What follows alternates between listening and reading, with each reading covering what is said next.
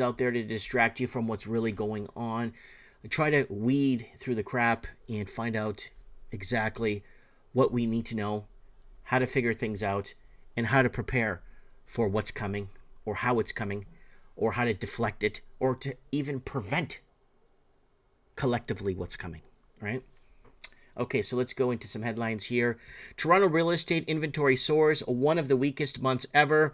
So we're getting an oversupply of product on the market, and that's real estate. And benchmark price of typical homes across Greater Toronto.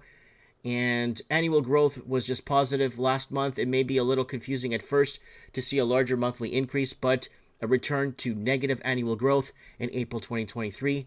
The TREB benchmark price climbed at double the monthly rate just observed since prices nearly flat. Failing to match last year's increase returned the annual rate to negative territory. So this is going to be a very big rude awakening for those living in Canada, especially when they bought a condo for $1 million that's realistically worth 90 grand. And we got Canadian GDP growth hits half the estimate, previous data revised lower.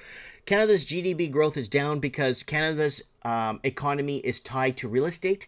And when Canada's economy is tied to real estate doesn't sell. Foreign investing dries up. Money laundering dries up. Well, obviously, GDP growth will go down. And Canada's economy started a year strong, but things changed fast. StatsCan.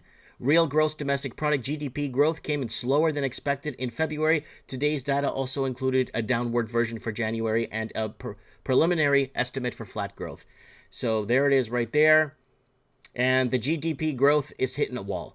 And then it's stagnation. We're going into supreme stagnation headed forward in Canada because Canada was just too heavily invested in real estate for foreign investors and not producing and manufacturing and exporting things that could make us the actual money.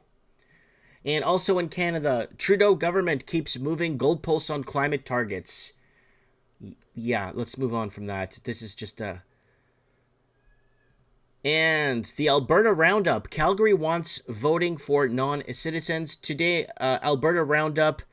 Rachel explains Calgary City Council desperate to attempt to hold onto power by extending the voting to non-citizens. This is very dangerous, and they're doing this in the United States, and they want to do this in Canada because if you just look up the mayor of Edmonton, look up the mayor of Calgary. I'm willing to bet, and like I said before, that it's all fixed. They were selected. Nobody voted for those people. Edmonton and Calgary, look up the current mayors, and you tell me to my face that they got elected, not selected. So now they want to push for non-citizens to vote. Non-citizens that didn't build a damn thing in this country. Non-citizens that didn't contribute to the CPP and contribute to the healthcare system and didn't contribute a damn thing to the infrastructure. And I just can't believe it that it took so long. Body found in wreckage 3 months after deadly fire.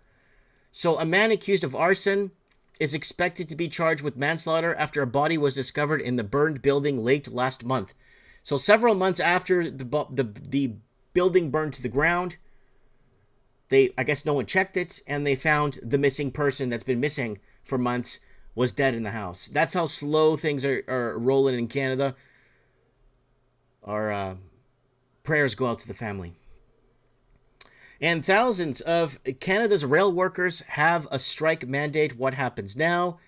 And Longest Railway have voted in favor of a strike and could walk off the job on May 22nd. We'll see if we can get the Raven on Mike in the Night to maybe explain this to us on what's happening there. And back over to burning questions. BC's drug problem coming to Toronto. So it always happens in BC first, then it heads out east. So what's happened is a decrim law in British Columbia. Overdose victim lies in a back lane as 3 levels of government make joint announcements on opioid overdose crisis in Vancouver, BC on May 31st, 2022. BC will be the first in Canada to decriminalize small amounts. So this has already happened, and it's already been decriminalized, and they took on the Portuguese model, or what the Portuguese did about decriminalizing, but the Portuguese had actual mandates in place, dissuasion centers in place, facilities in place to take care of this. Canada doesn't. Canada hasn't spent a dime on a dissuasion center or a facility to help people get off the drugs. And there it is right there, folks. And yes, it will come to Toronto. The money laundering started in BC. And the BC legislation tried to fix the money laundering problem with the housing. And what did they do? They put a foreign buyer's tax on. What happened? Everything moved to Toronto. And foreigners were flocking to Toronto in a frenetic pace. Look up our channel. You'll see what we've been talking about that.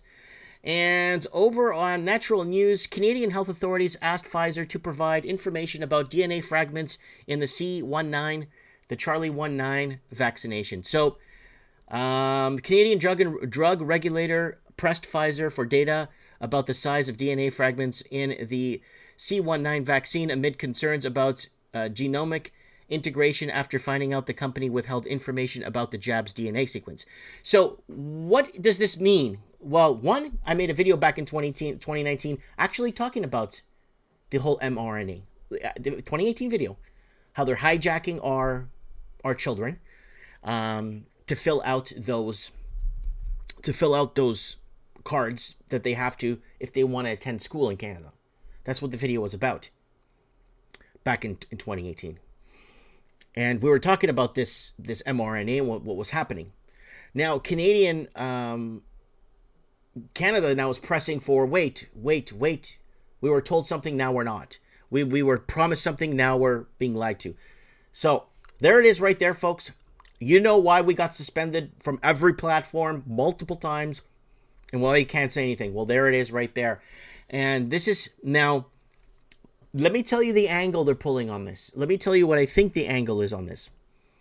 I honestly, wholeheartedly think, in my opinion, that Canada's going to find a way out of this and say, we didn't know. We trusted you guys. You guys are at fault, not the Canadian politicians, not the Canadian, no. We trusted you guys. So they're going to start playing the blame game. And the blame game is many years late. We should have had this resolved back in 2021. I don't even know what the hell is going on now.